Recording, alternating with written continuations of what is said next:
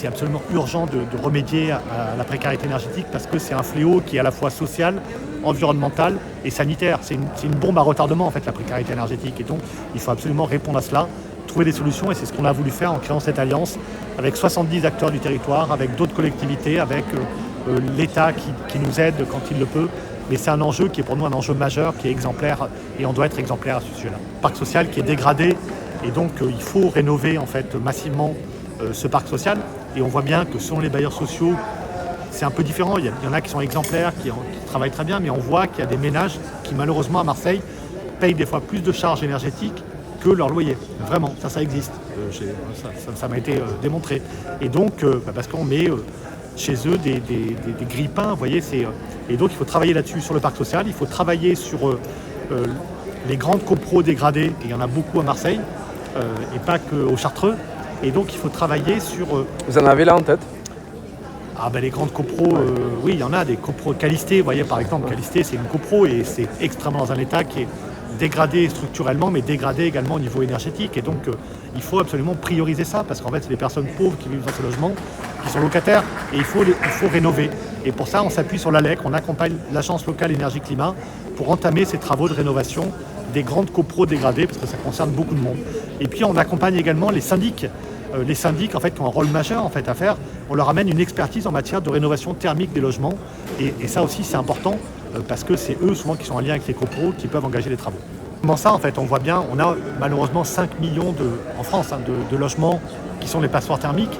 Nous, à Marseille, c'est pas que des passoires thermiques, c'est aussi des bouilloires thermiques. L'été, il fait très chaud, il fait froid l'hiver et très chaud l'été.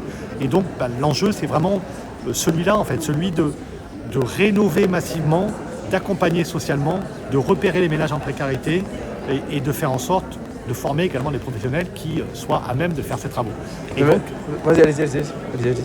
De former également les professionnels qui puissent faire les travaux et de former également à des nouveaux métiers comme celui d'ensemblier solidaire.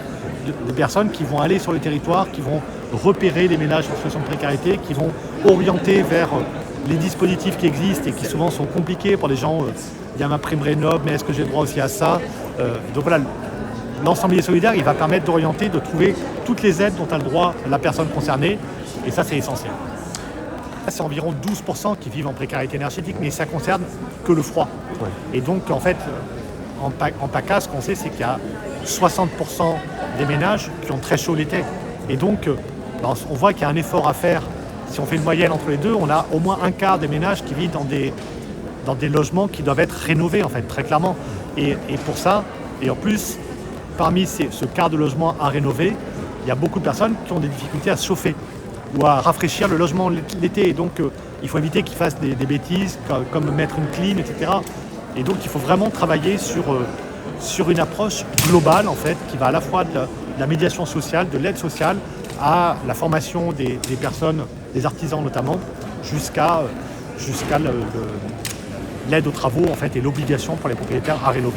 C'est donc le but aussi de ces journées, c'est d'orienter, de recevoir du public. Je crois que vu l'explosion en fait, de la situation et de la dégradation de la situation en matière de précarité énergétique, c'est plus que jamais nécessaire de fédérer, d'orienter, de faire connaître ce qui existe sur le territoire. Il y a beaucoup d'acteurs qui sont extrêmement méritants. Ça passe de la Fondation Abbé Pierre à la Croix-Rouge, à tous les acteurs qui travaillent sur le SLIM par exemple, ou sur le territoire zéro exclusion énergétique.